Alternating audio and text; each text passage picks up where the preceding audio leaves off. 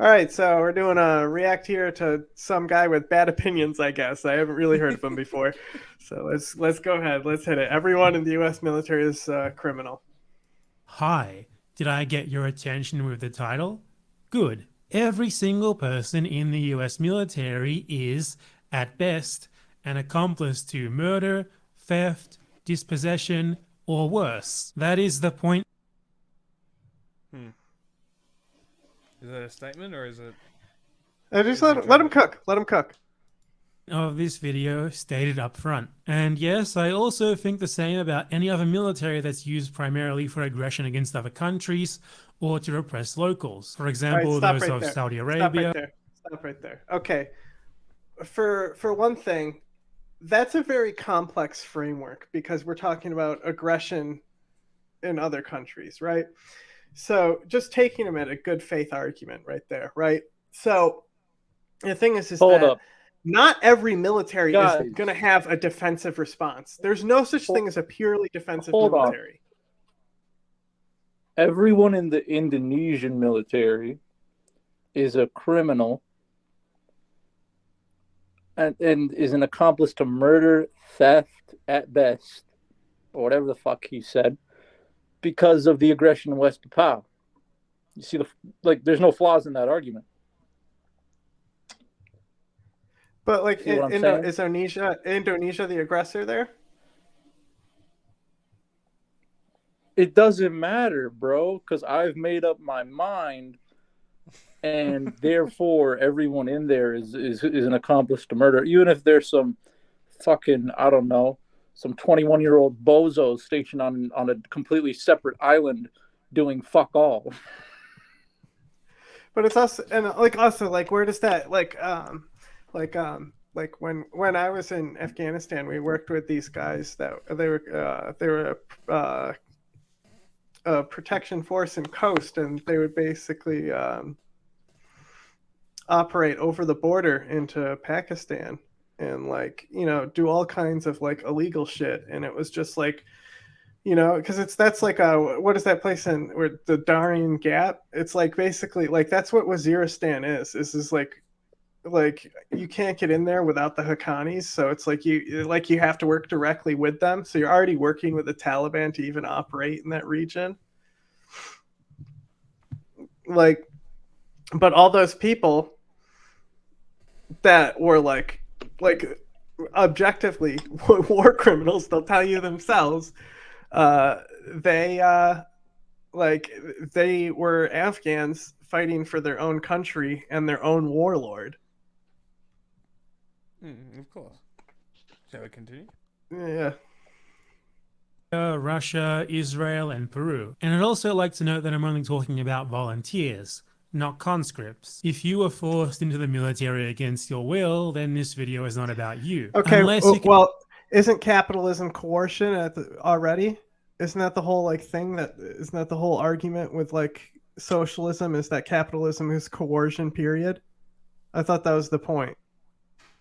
I think that is the point, but they always forget. Yeah, people got to pay their bills. The military's got some nice packages. That sounded really fucked, but what do you know what I mean by pension packages and shit, and healthcare and whatnot. And as he would say, go kill brown people in the third world. continue on beyond your required Yeah, period of service, that is. And this video is not for people in the military who genuinely believe that being in the military is some sort of special good thing, who legitimately believe that they serve their country or whatever, or that the US does anyone really feel that way? Have you? I've never met somebody like. I would argue those guys are worse than people who just sign up for like the benefits of being in the military. Like, if you sign up for the U.S. military because you believe people that I meet that patriotic actually action, that aren't in the military though, they're like they're like they're LARPers who wear grunt style. Yeah, they're like K-Hive. But like it's like if you're that guy, I think you're worse than the guy who signed up for a dental plan. Like, you know what I mean? Like, that's like thinking like the government is like perfect. military legitimately helps people. Everyone already knows what the US military does. And if you take a look at Vietnam, Afghanistan, Iraq, etc., and still somehow aren't convinced that it's just fundamentally an immoral institution, I'm not going to be able to change your minds. No one is. Is he talking about the US military or military in general? Well, this video is about the U.S. military, but what matters is Vietnam, Iraq, and Afghanistan. Yeah, it's always the same countries every time. I mean, Vietnam was fucked This up. video is for people who are in the military or with family or friends or whatever in it, who are well aware of those things, but who still justify involvement. What about in it. intelligence So, with that out of agents? the way, why do Is it for us? Are we allowed? It says it's only for U.S. military. We might have to stop here. I guess we can't watch it. Sorry. I guess we have to stop here. Next one. I think I imagine it's going to be the same video. It's just going to be better. Yeah, probably. Let's actually go. Let him cook. Let him cook. Let him cook. Let him cook. Let him cook. It would have been funny to go. Obviously, it makes more sense to call someone who was involved in direct combat a murderer. But why is, for example, a medic an accomplice to murder? They're not killing anyone. Actually, Murder has they're a doing the definition. opposite. They're treating people. Well, Murder has a definition. Yeah. Yeah. Premeditated. Yeah. Lawful killing. Well, because you can also have murder in the third degree, which is I mean, it depends on the state and it depends on the country and all that stuff. But like, it's just not, I don't know. So are the guys that's who exactly what. Are the guys who fix tires on like armored personnel carriers? Yeah, no, they're Also accomplices to murder. They're accomplices to murder. Yeah, but it's just like, what kind of child? I'm so confused of what kind of child actually thinks that way. Where it's like, war is murder. Like it's just war is peace. Please. No. Remember. It can be. War is I. War can be really good. These people live in denial. That's what it is. They live in total denial. I like his book collection. 3 books.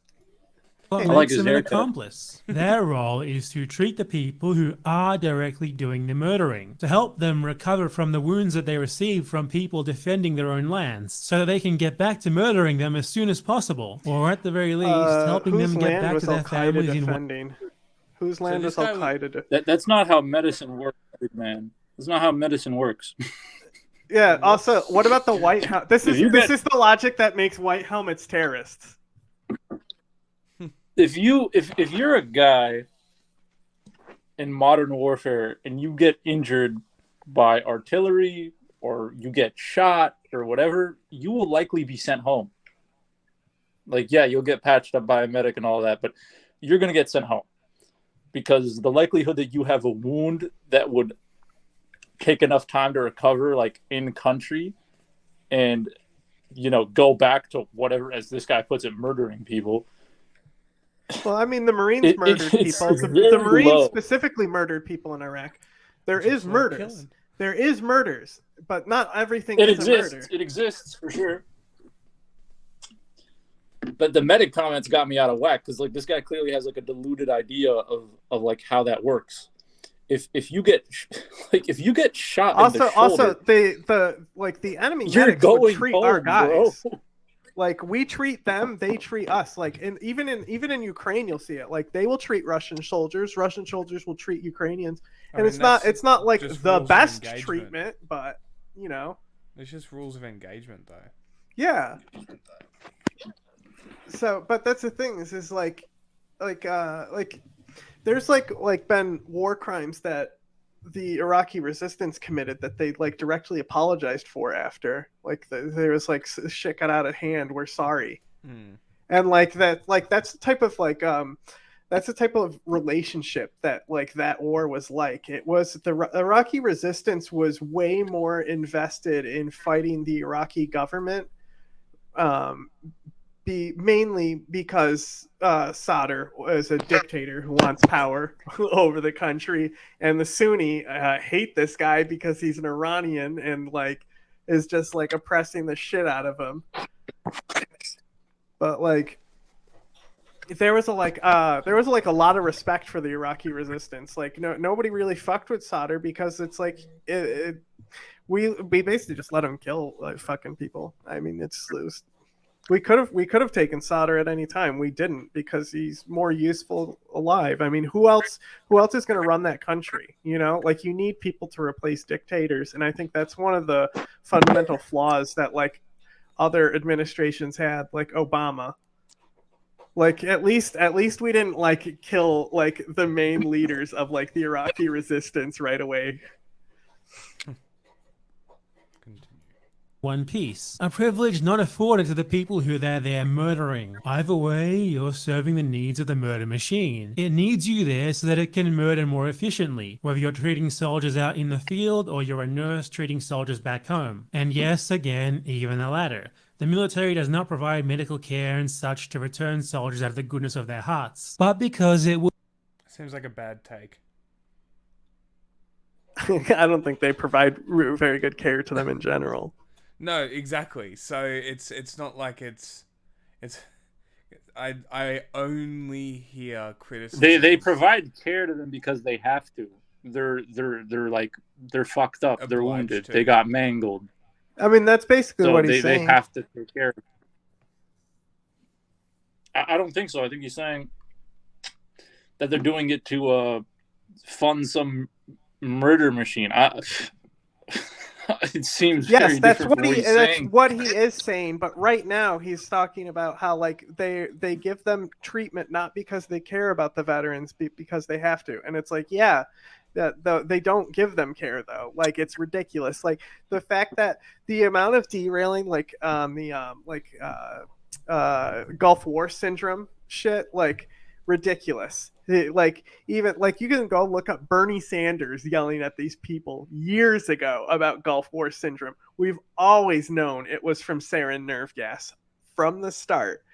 And like we went like they even like us phased out depleted uranium tank rounds because like they tried to blame it on depleted uranium tank rounds. And then Kosovo was like, we're fine. So it's definitely not that. Okay, next. Would reflect poorly on them if they sent soldiers home even more wounded than they already do. That'd get worse PR, less people would join up, etc. Every single action within the military serves its primary function as a murder machine in some way, even the seemingly innocuous ones. You join up but you never get sent anywhere? Well, you were still in reserve, ready to go and murder whenever it was needed, also giving the military more tactical leeway. Disaster relief? To keep the economy running, to keep taxpayer money flowing to the military. And again, Oh my god, military exists. Military does military things. Well. and to foster better public this is relations. like this is the same thing that like when you talk about like the libertarian non-aggression principle, it's like, do you really think other people are gonna like what do you think is gonna happen if it's like just it's like nobody joined the U.S. military? It's like, do you think it's gonna accomplish anything if like there's just gonna be another military, dude? Like, Yeah, it's not like it might be private. It might be. It might be. oh, it will under the definitely government. be private. Yeah, like that's the most likely. But it could fall under a different branch. It could be anything. Who knows?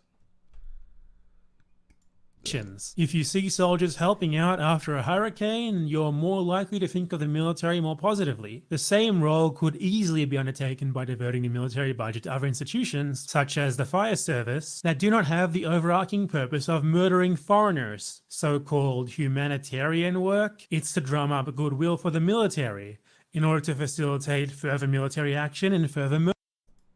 Yes, propaganda. Congratulations, you've unlocked. You want to learn how to make a chemical weapon? I can do it right now. Like, we can get started. You know, we just need the lab equipment. I mean, it's like this is the first time he's discovered military propaganda. It's it's such, like I said, it's like such a childish take about like just everything being murder. Like people, like killing people is not necessarily murder. There's so many different scenarios, and it's like um, the thing with um, wars of aggression we got to look at. So it's so I like to look at, because I'm sure he loves talking about the Balkans, but like you look at what was going on there, and the UN couldn't get it done, and genocide was still happening. So was it a war of aggression? Yeah, we bombed the shit out of them, but it was also a defensive war to prevent genocide. And the same thing goes in when we eventually intervene in the Yazidi genocide. But you know what he actually sounds like, though? He sounds like I had it before.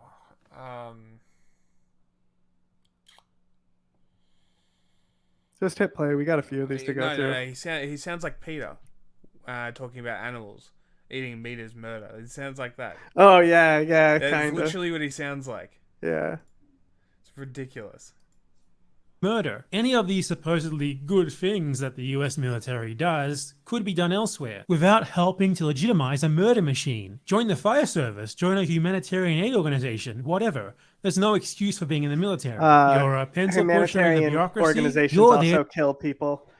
Like it's militaries aren't the only thing that kills people, dude. I mean, like, yeah, it's such an infantile take. Like, I know so many humanitarian organizations that are just fucking Hezbollah, like ridiculous. Like oh my god. Like also like that's the thing. This is like it's so hard to fucking help people in Gaza because like everything gets skimmed off by like fucking Muslim Brotherhood and shit. to keep its wheels oiled, to ensure its logistical capacity to murder, to ensure that the murderers are efficiently allocated the incentives and resources that they're given to murder. Let's talk about those incentives too. So you're poor, right? And the military is your only way to go to college. You hate it, but well, that's just how it is, right? Would you drive the getaway car for a murder if it meant that you could pay for college? Yes. No? Then why'd you... Yes. Yes. Yes. People turn to crime to pay for college all the time. Yes, I did crime to help pay for college. Like, yes, like everyone sold drugs in college to help get by. Like, it's just something everyone did. Like, bro, like, fucking welcome to baby time. Can we go to the next video now? Wake up! Yeah, like, come on, like he's got other ones. Like he's gotta have evolved. He's gotta have been torn apart and like thought about and formed better criticisms. Surely. Like, I'm telling you, this guy is not dumb. He knows what he's doing. He's manufacturing outrage. He knows what he's doing. Let's see. Of the civilized West, regardless of how many wars they start, dictators they install, and genocides they support. Uyghur genocide? Then on the right and in the center, Yeah, Uyghur genocide. there's a lot of... Let's just look at where the most watch points are, so it's easier to jump through. Since there, see, let's watch the beginning and then jump to there and then jump to the third one. Yeah. conflicting information out there about what's going on in Xinjiang, China, and the alleged oppression of some of its ethnic minority populations, predominantly Uyghurs. So, I'm going to try to sift through it all and get to the bottom of what's really going on there. A very important thing about this whole debate is that most I was just saying, okay. Like, I'm ready for the it. people involved, I'm taking them at good faith. Let's don't go. genuinely care about the people of Xinjiang at all. So they're more than happy to uncritically peddle whatever bullshit just happens to suit their wider agenda. And your perceptions have undoubtedly already been influenced by some of this very bullshit. On one Can't wait to hear what this bullshit is. I zoned out for a second. and there's this new breed of grifters who'll tell you absolutely nothing but how great China's government is. For them, nothing bad is happening at all. It's all just nothing but lies. The Chinese government is simply helping these 100% willing participants in education programs. Every single testimony to the contrary comes from a paid crisis actor who has also had nanomachines implanted in their bloodstream by the CIA FBI, NED, and the Sounds like he's setting up a really high bar to then gut it and implant his own, which is still a ridiculous bullshit story, while also denying the genocide at the same time. I think Let's see if don't I'm they call correct. this like building a straw man or something? Possibly. It's probably some kind of fallacious argument. State Department. After all, that's what a diverse array of Chinese state media agencies said, and uncritically trusting what a government tells you about its own actions is definitely not sus. Terrible They've got a small but very enthusiastic and vocal niche of campus supporters, so desperate to believe that there can be such a thing as a good and benevolent world superpower that they're more than willing to allow themselves to be gaslighted by anyone who'll tell them exactly that. And on the other end, there's a bunch of possibly even more cynical people. They come from all across the political spectrum, right, left, and center. On the left, there's those who, regardless of how much they deny it, still see the world as a clash between the civilized West and the barbarous East. So they talk endlessly about China's crimes, happily exaggerating and being completely uncritical with their sources, while ignoring or downplaying the That's far the thing. more That's the severe thing with and China. far more And frequent crimes this is that a their really countries important point here. Is that like with China's crimes and its sources, like there's that DPRK girl who just like makes shit up every day.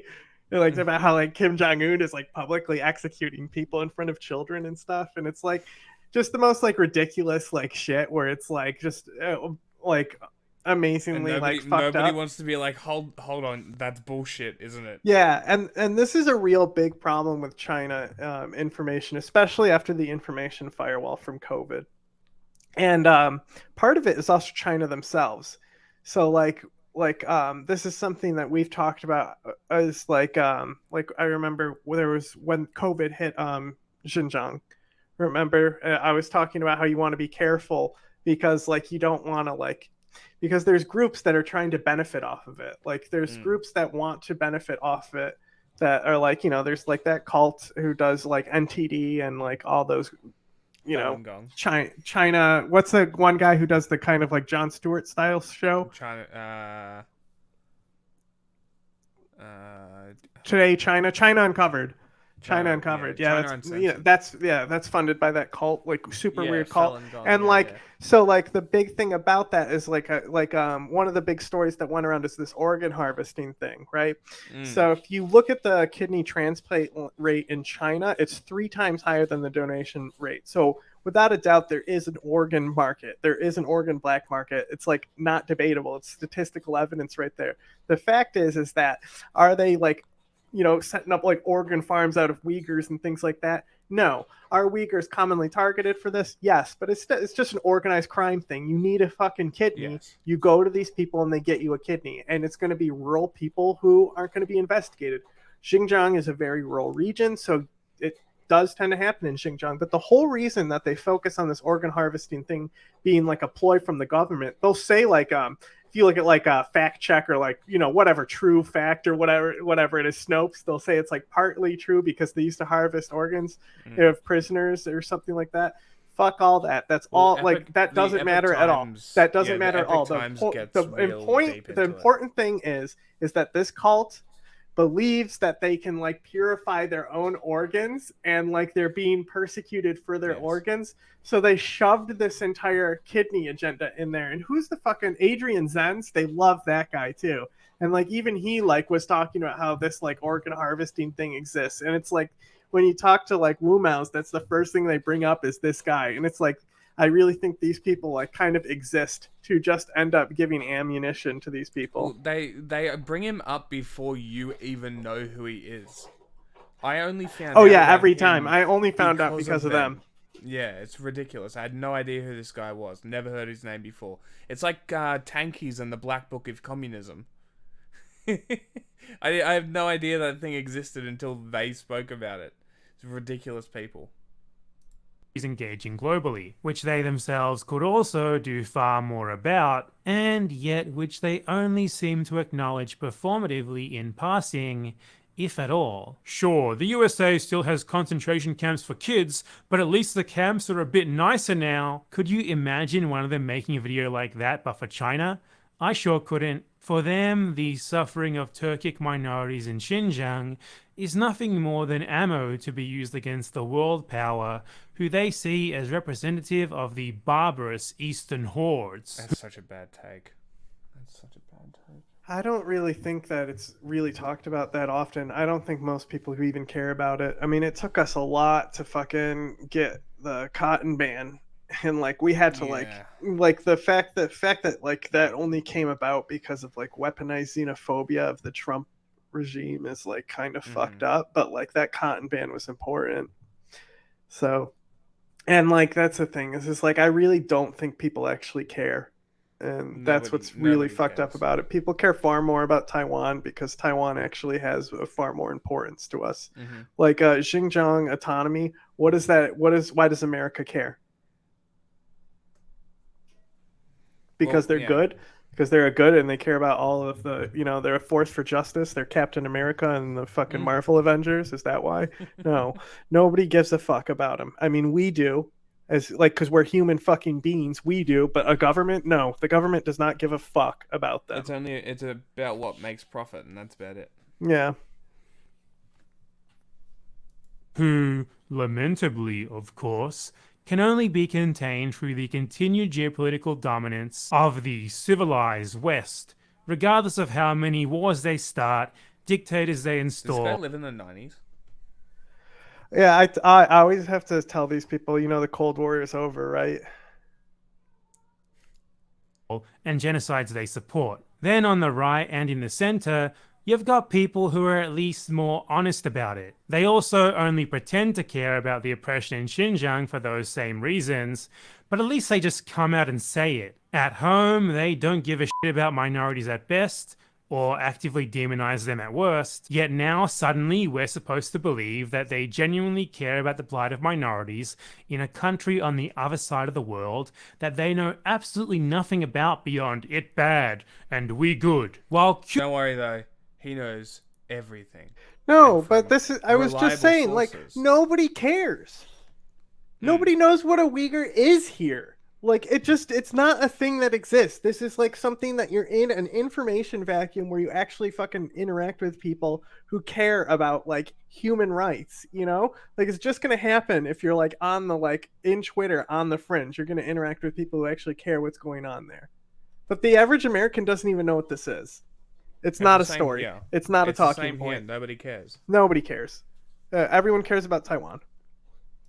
Curiously, either having nothing to say or outright approving of the similar things that their own countries do, especially to Muslims. And their hearts are genuinely bleeding for Xinjiang. Was that the Manus Island thing from Australia?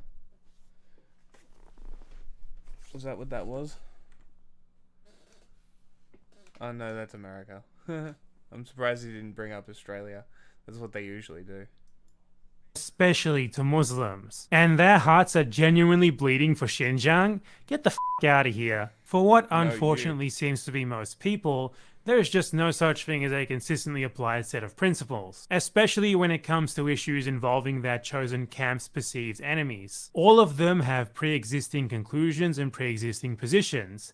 It's China, therefore it's bad, or it's China, therefore it's good. If you're one of those people, bro, then I think this you need might to not just be talk the to video. normal people more. Like, bro, like go to family barbecues or something because like you have no idea what like the average person thinks because like the average person is quite rational. It is like amazing like how easy it is to just have conversations with people of like anywhere around the world. Like it's just like I don't know what you're going on about, man. He needs to touch grass. Go to a picnic. For you. I'm not going to be coddling either side here. There are bad things happening in Xinjiang. China is not a benevolent, anti-imperialist state that doesn't oppress any of its people. Happy 9th birthday to those of you who think that it is, by the way. But nor is anything remotely on the level of like the Holocaust going on. So what I'm going to do here is sift through the propaganda and try to form a picture of what's actually going on. Bro, crazy. He's going to talk about how like the numbers are inflated by the cult and shit like that. Itself, crazy. Since, It's exactly what he's going to be talking about. it's kind of impossible to call those a CIA forgery, Hey, that's us. alongside some credible eyewitness reports from the minorities themselves. And for each and every source, I'm going to explain why I think they're credible, rather than just presenting them uncritically as fact. I'm also going to be dissecting examples of propaganda from both. I think we got. I think that's the intro there. Ace, any thoughts on any of that?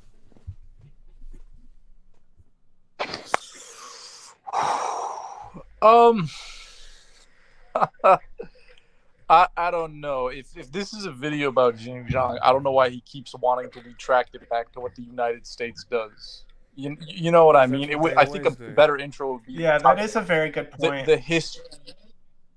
The history of Xinjiang and the fact that there have been like they weren't China forever. Uyghur resistances in the past, and how it lines up historically to what's happening today. Yeah, like I don't really care about sources, you know? Like I could care less about sources and who says what, who says that, and it's like, are you going to explain the situation? Are you going to understand the situation? There's much better videos on this that are like 15 to 20 minutes long, and it's just the guy is just explaining the history of the region and why there is this tension between Xinjiang and China. And he talks about like past resistances and what do they call it? East Turkestan? They call it East Turkestan, right? Yeah, and that's what we should be calling it. How they had their resistances in the past, how they created, their own autonomous state in the past, and why this has led to what it is today. Instead, he's just kind of like, it's just typical Twitter like shit flinging monkey shit, where you're like talking about like, okay, so this is what one side claims and this is what the other side claims, and I'm going to give you no historical context at all. And especially in a place where we don't actually have sources, like the sources that you get out of China, like one of my favorite things is like the bioweapons cable, which is like, we have no idea how credible this thing is, but like it's still more evidence than we had about bioweapons in Iraq, which is just hilarious to me. Bioweapons. But Australia, 2 Australians actually recovered this thing, and it was basically a cable about like weaponizing anthrax, which is like, I mean, I think that's perfectly fine to have a cable about weaponizing anthrax, but like Hindu nationalists ran with that shit, dude. They ran so hard with that shit about how the dragon is making chemical weapons, and just like the geopolitics in covering China alone is extremely complex, and then you already have the information firewall there too. Like we say, is like North Korea. Do you ever hear anything about that's not like missiles? Today they actually had a meeting about like grain and stuff like that they talked about, but he always has these meetings where he talks about fertilizer factories or things like that every so often, normally around the same time he's doing the missile parades. Go to the most replayed parts now, because like we've listened to the intro, we know what the video is about. Let's see like on these 4 Chinese government sources, which all say the exact same sort of thing, that a big part of the intent behind China's Xinjiang policies is to instill a sense of identification with the Chinese government, culture, nation, language, etc. So genocide. I mean, this is like, the people who care about human rights, this is part of their problem with whether you think it's a re-education camp or not, this is part of their problem with it, is that it's like, why are you attempting to detach these people from their religion and culture? And like, like I said, like, give this guy some good faith. He's probably going to recognize this as genocide. Like, let him cook. All right.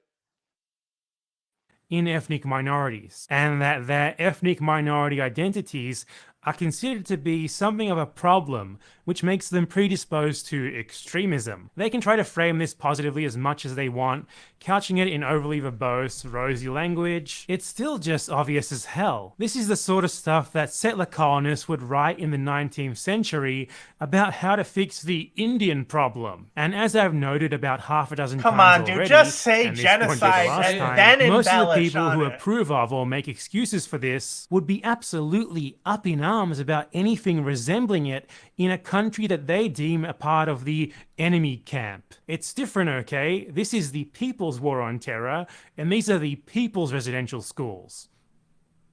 So, is the intent behind this vocational training really benevolent? Obviously not. Still, intent does not necessarily I don't mean think action. I don't think he's that You know, terrible here. I mean, I think this is a perfectly fine take to have, but Intent does not mean action, is what he just said. But anyway, I'm just saying, like, as long as you're not denying that these things are happening. He like, didn't say genocide. He brought up vocational schools. but look, bro, he's got it in the genocide. title. But like, maybe he's saving the big G word for the end. I don't know, dude. What's the next spike? What, you want to go here? Further down. It's like keep going. Way in. The next big Go spike. This Yep. one. Yeah, no, the big one. Keep going. Yeah. Let's see what this is. We'll go back. Oh, so this is somebody's testimony. I was born on Is March this one of the forced videos? Where they like hold a gun off camera and they make them recite a piece of paper? So one of those ones?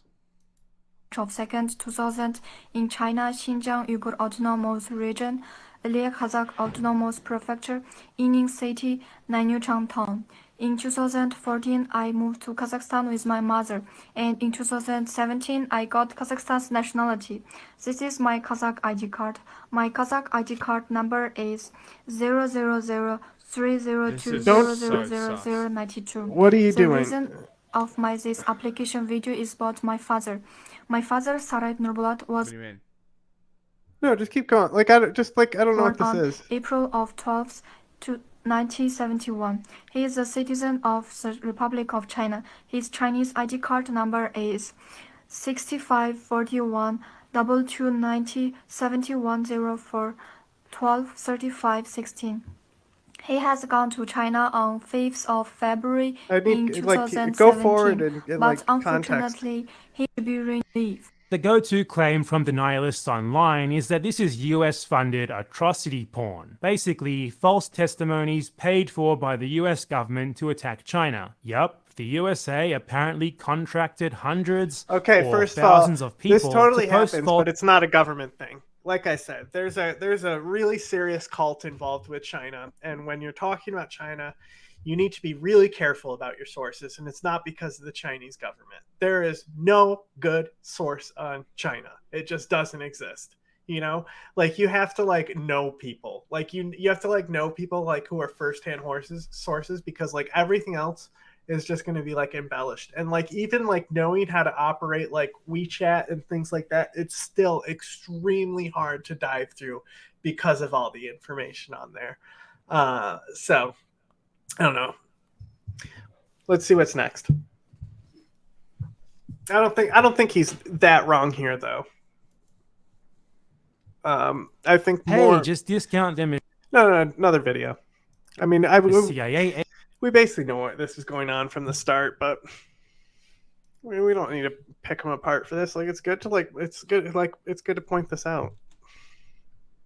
About what Chomsky said God. about how Oh the boy. Ukraine Okay, here we war, go. how the Russian invasion could end. Specifically, this part of the article. He said, well, I would not criticize Zelensky. He's acting with great courage, great integrity. You can understand and sympathize with his position, as in his position to ask for direct military intervention and such from where he sits. However, the Pentagon has a wiser stand. Yes, we could enter the war, we could provide Zelensky with jet planes and advanced weapons, but pretty soon Putin would be radically escalating the attack on Ukraine, would wipe it out, which he has the capacity to do. He would be attacking the supply chains that are providing advanced weapons, and we'd be in a war, which would be a nuclear war, which would wipe us all out. Yeah, that's pretty uncontroversially true. There's not really much of a way that you can get angry about that. He goes on to say, so I'm not criticizing Zelensky. He's an honorable person and has shown great courage. You can sympathize with his positions. But you can also pay attention to the reality of the world, and that's what it implies. I'll go back to what I said before. There are basically two options. One option is to pursue the policy that we are now following. To quote Ambassador Freeman, like we can skip through this, but I like this right here. I like the fact that you're bringing up the source, you're showing the link, you're showing the highlights. I mean that's so much better than something like Jimmy Dore, you know. Like I said, this guy knows what he's doing. Like he's definitely manufacturing outrage. Yeah.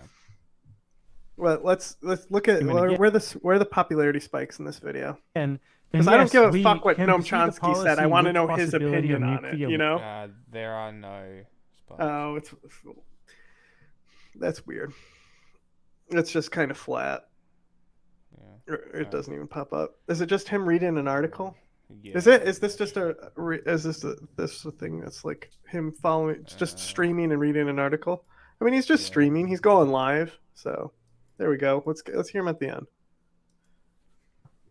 But in this case, they're just so rabidly like caught up in the moment here that if they even have like any sort of rational inhibitors in their brain, have just been completely turned off. This war is not going to end with Putin shooting himself in the Führer bunker in Moscow. It's going to end with Russia being forced to the negotiating table somehow by Ukraine like stalling them in the east, and a negotiated settlement that allows Russia to save face is going to prevent hundreds of thousands of deaths. And that's good. You should not want Ukraine to fight what is unfortunately probably for hopeless objectives like retaking the already occupied territories in the east. Shut the fuck up. Nobody thinks this is going to happen except like the Ukrainian people. Like this is something like they have to sell this war to the people, you know, and I know you're smart enough to know that, my guy.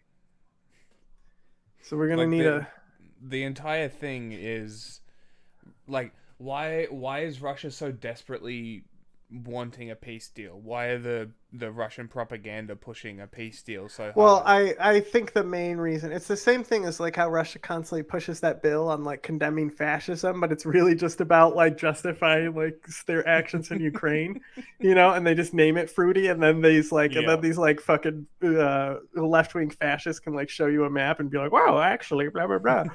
Like I think that's really what Russia's agenda is with peace deals, where it's just like they do peace deals knowing that it's like an unreasonable thing that nobody's going to go for it at this point. And like the thing is like the war is in a stalemate right now, and I think a more realistic thing would be looking at ceasefires. I think we could potentially see something like that come out of the current situation, but that's not a peace deal. But you know, North Korea is in a ceasefire. There was never a negotiated peace in that war, so. That's true, but North Korea never invaded a sovereign country and took its land, so. Yeah, that's still, you know, but the thing is the Afghan war, like Massoud was known for negotiating peace deals, and like there's this tunnel that the Soviets would have to like drive through, and like Massoud could like just blow it up at any time. But the thing is like Massoud was against terrorism. So like he wouldn't like send his men knowing that they would have to like be on a suicide mission where they would have to like bomb this tunnel, you know. Not based. Yes, but he would he would still pretend that he was and use that for negotiation points. And like he was able to negotiate ceasefires and like train elite forces for operations, and just like he kicked the shit out of the Soviets just by having good diplomacy at the same time. Dude is also a war criminal, just like everyone else in Afghanistan and all this guy's heroes.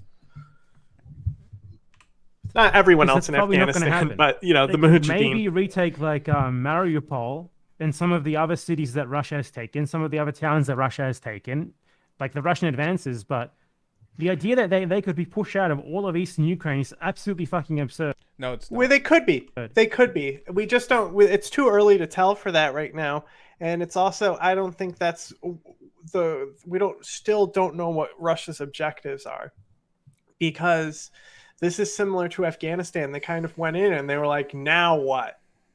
You know? And Well, like, I think their real objective is trying to cut Ukraine off from the Black Sea.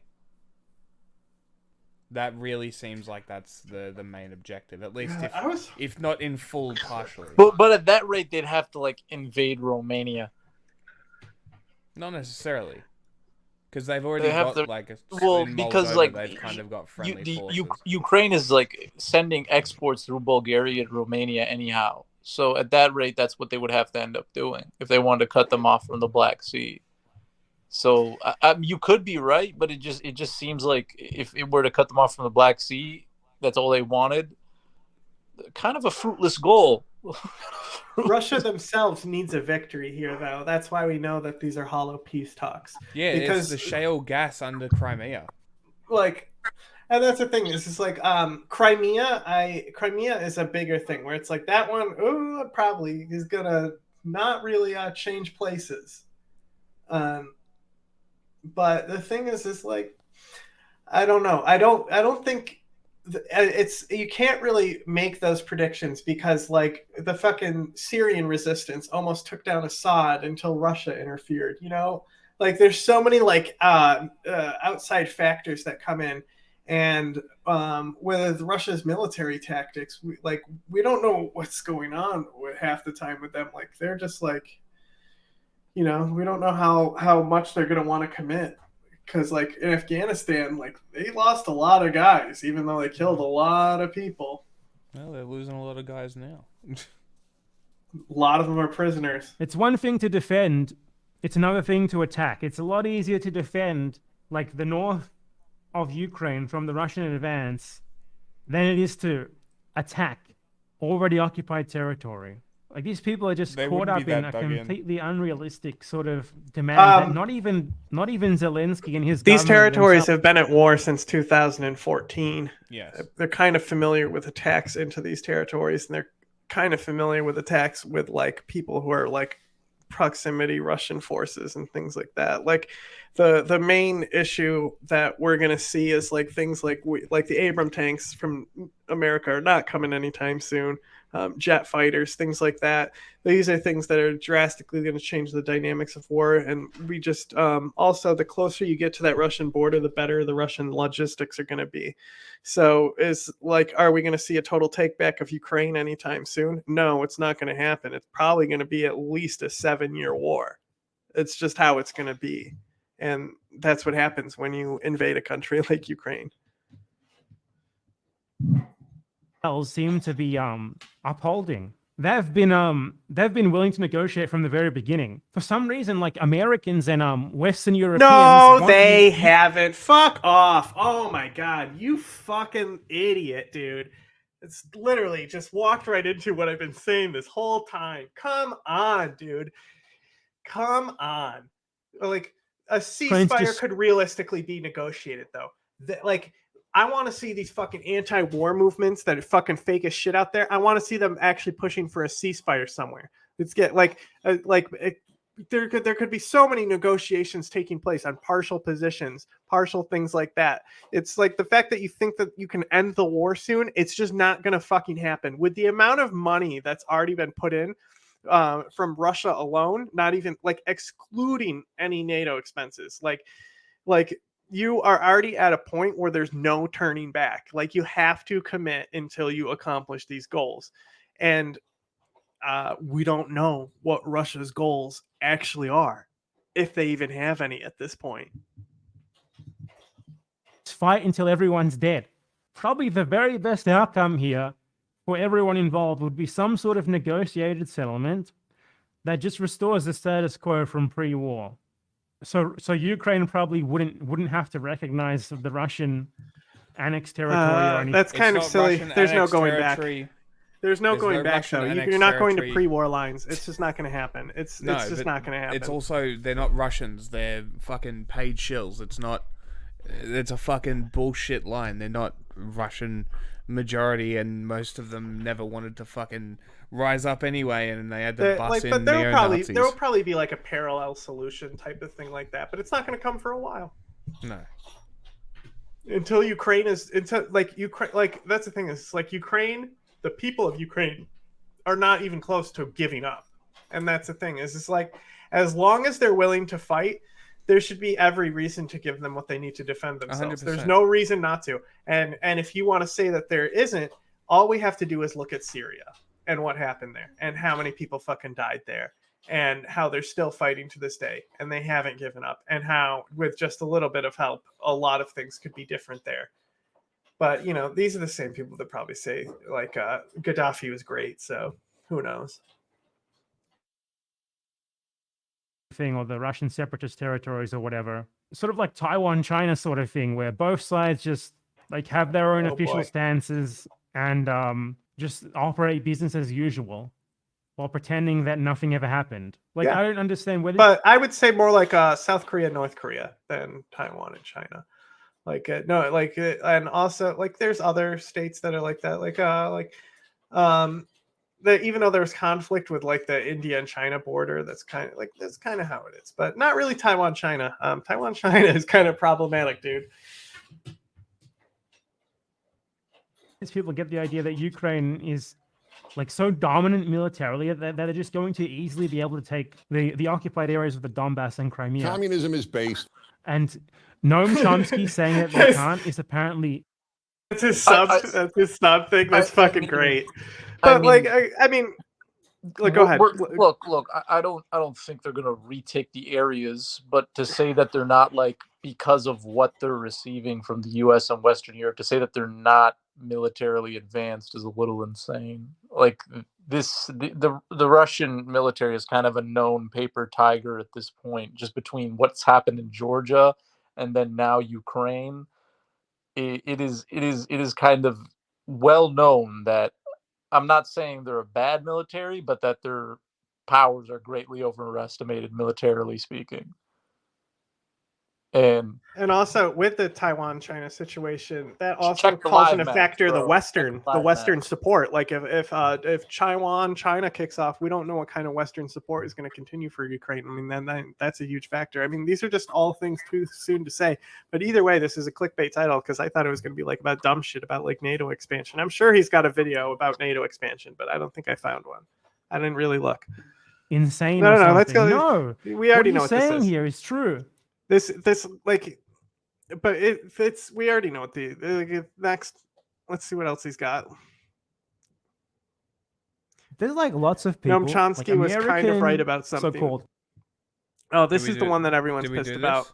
No, this is the newer version of it. So let's see how improved his argument is. Veterans. I call them ex-imperial soldiers because that's what they are.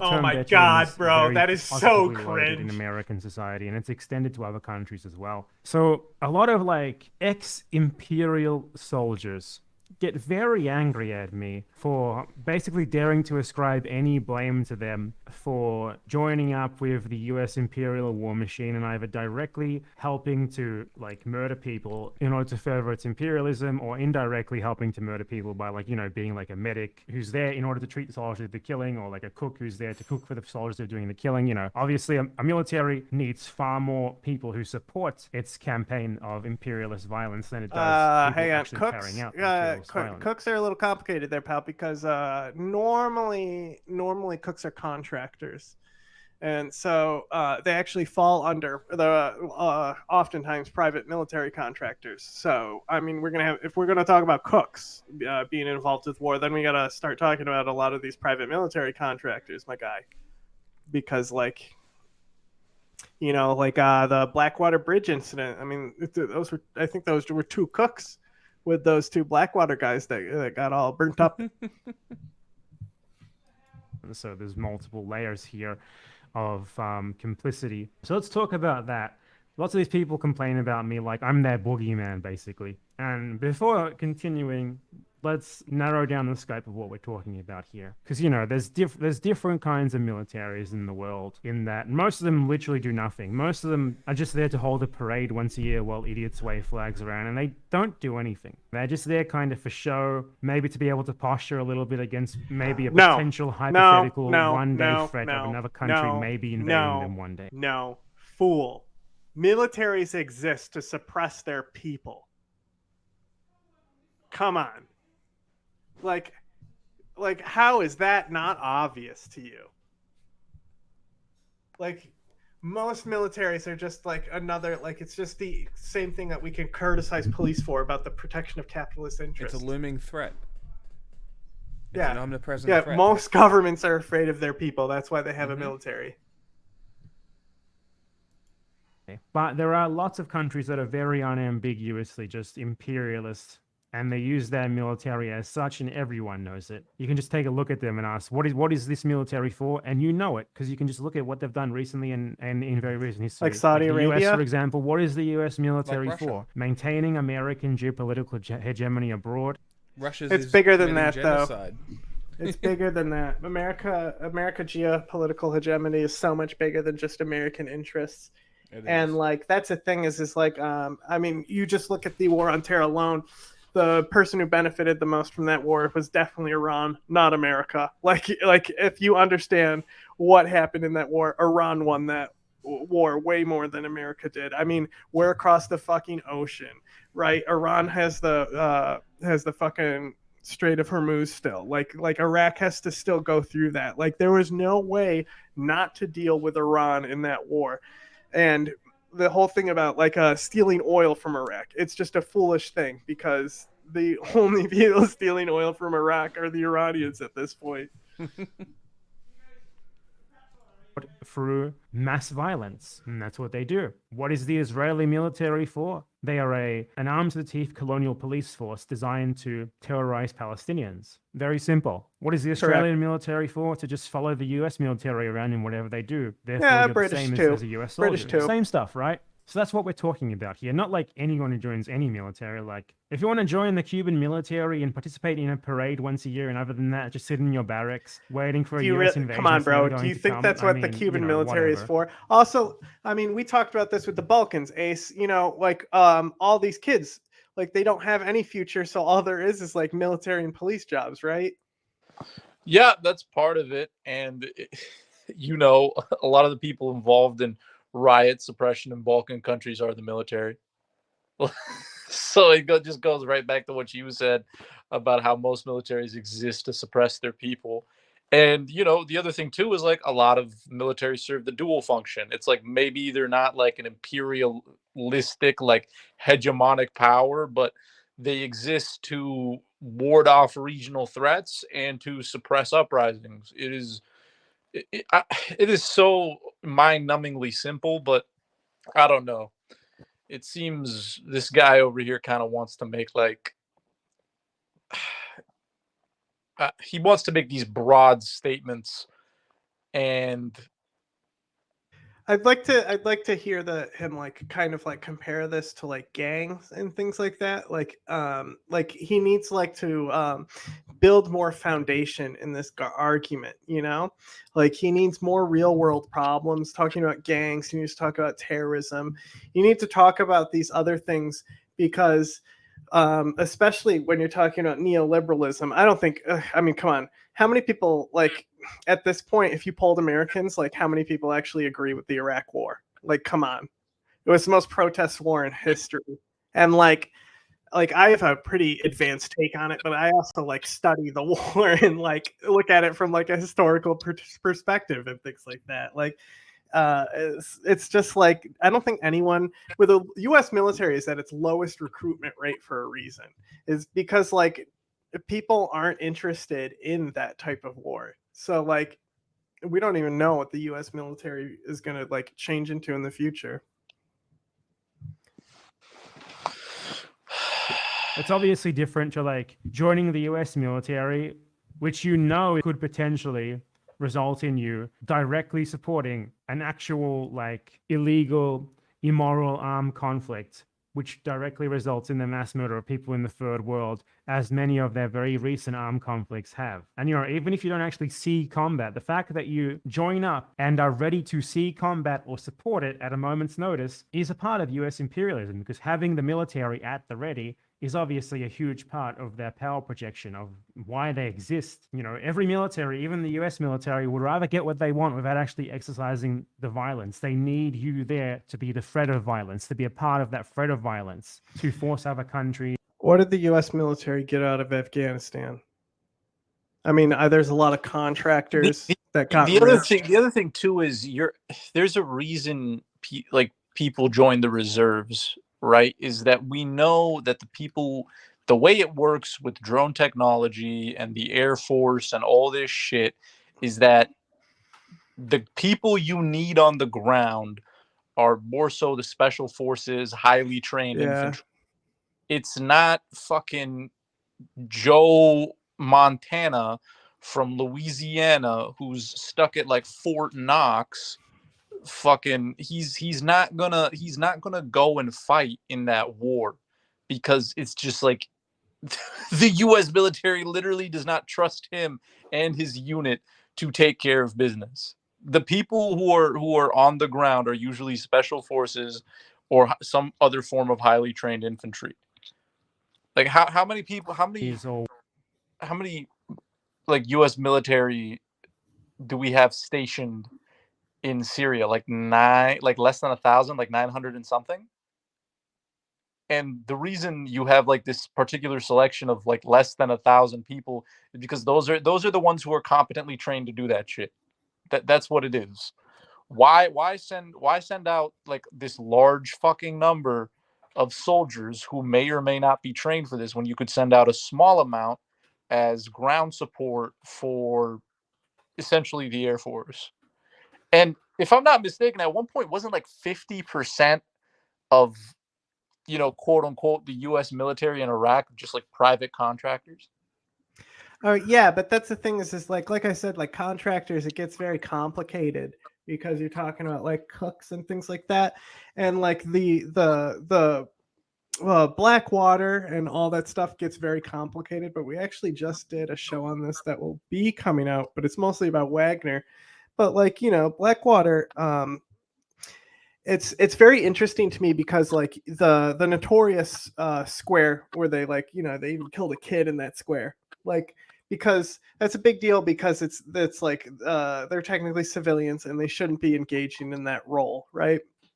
But like if you look at like the military and stuff, you look at these traffic checkpoints in Iraq, like these traffic checkpoints had incidents like almost every single day because it's a high risk, high reward. Like Al Qaeda would know that these traffic checkpoints are set up. They know that US forces are going to be there, like car bombs, all that stuff. Like these checkpoints were ambushed and hit all the time, and it's like, I don't know, hit play. Or whatever to do what they want without actually having to fire a shot. So yeah, if you join the US military, you are part of that. You're part of a machine explicitly designed to murder for imperialism.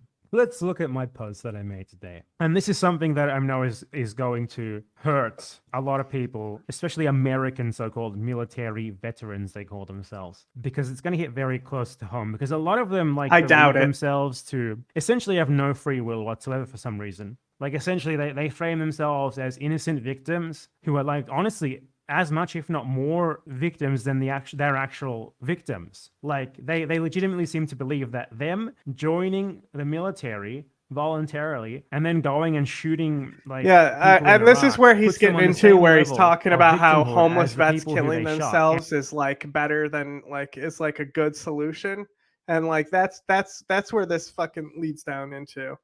And like one of my favorite things that's been over explained to me or like oversimplifying to me is that like a big thing especially in these countries is that like you shouldn't like assume someone's agenda for what they're doing. Like you don't know their heart and what's inside, like you don't know these kids, you don't know what they like. It's the same thing with gangs and criminal shit. Like you want to fucking talk about like you see the right like cracking down on illegal immigrants who are just talking about how the fucking camps are wrong with illegal immigrants. It's like, well, we know they were fucking forced across the border. They definitely had a choice. They chose to go into like violence where they could potentially die, like, and then especially people have to cross the gap like that, like the amount of people that die in that gap every year, and there's people who have crossed it multiple times because we keep deporting them. And that's the type of shit that you're getting into here, is that it becomes a greater question where he's also the guy that's like, people just like, wasn't he just saying, he said a specific word about like binary takes or something, like objective takes on something, how you always have to like pick a side or something like that. Well, it's like, you can't have an objective take on something like that, because you get into a dangerous territory where you're going on these fucking threads and lines on shit that you don't even know about. And it's insane. So let's look at this. So it's possible to be someone who was formerly in the military of one of these countries where you should not be in the military. Wait, Ace, did you want to say something? There's no excuse for doing so. Yeah, I just think another thing that he's missing is, I know we just talked about how like recruitment rates for the military are at an all-time low, but the military is also just another like large employer in the United States. Yeah, and that's Like, the thing, is like, we have this one coming up with this Iraq guy, and like, he's definitely like a pro military type of guy, but like, we're not gonna like shit on people for anything. It's one of the largest employers in the U.S. It's just like like it's a job. Yeah, dude, I'm gonna attack Walmart employees. It's very dull and boring, like most jobs. Like, if you talk to the average person who's enlisted in the military, their day is pretty fucking typical and boring. Like, it's not. I don't know. I'm just gonna say it. If you're not willing to kill somebody, you're a pussy. That's part of it. All right. But first, it's absolutely not okay to have joined that military if you're doing it after you're already supposedly a leftist. Like, you're already politically engaged. You already are asking these questions like, is it okay for us to join the military? Unambiguously, because then at that point, you don't have the excuse of ignorance, right? You don't have the excuse of, I joined up when I was young and naive. I believed the propaganda. And now I realize it was all bullshit, because you should have known better beforehand. If you're already politically engaged beforehand, you're already asking questions like, should I join the military or not? Is it moral to join the military or not? Beforehand. You don't have that anymore. But if you are legitimately just ignorant, and I think, in the day and age that we live in, where if you live in one of these countries, you have access to a massive plethora of information. And if you're not looking up like what the military that you're thinking about joining is for before joining it, looking up what it's done, then I think, you must just be really stupid, or you must just be trying to. Okay, so I just Googled this, right? And I just Googled communists in the military, and like this Quora question is, can I be drafted in the U.S. military if I'm a communist? But the First nation, and foremost, you do not have to worry about the selective service, big man. Like, yeah, I know. But like, if anyone is as familiar with the nation, these were like some of the first people that started calling into question George Bush's agenda around 9/11, and how he was like using it to justify like actions of aggression and torture and things like that. So like, as far as like sources go, if you guys have a problem with this, suck it. Just so you know, and I'm not talking about you guys personally, but I'm not going to be able to say a single word because everybody's home now and they have no consideration. Oh yeah, that is fine. But like this title of this Nation article is, the U.S. military is a socialist organization. Affordable housing and food, tuition assistance, and universal health care are hallmarks of a social welfare system and life in the armed forces. And like, I don't know. Like I said, the Nation is a pretty radical publication. Not like Jacobin radical, but like they actually, people actually respect them. They win awards. Okay. So what do you want to do? Do you want to keep going or call it there? You're muted. No. I mean, like, let's. Like, I literally will not be able to take myself. I mean, we've done it. We've done it. That's fine. We've done an hour. What other videos do we have here? Because it's like that was it. I think that was such the last one. It's just such a stupid argument. Like, yeah, I mean, especially coming from someone who is a leftist, because like, the whole question of, it's like, you look at like this, it's the meme where it's like, we like right now we have it with the Taliban, where it's like, oh, I wanted to be a mujahideen, and he's like in the desk, like at the job, like, I like it just, they're should be contradictions in things like this. Like, you should be criticizing the military in a lot of things that they do. But like, the thing is like to think about what leftism is and what socialism is.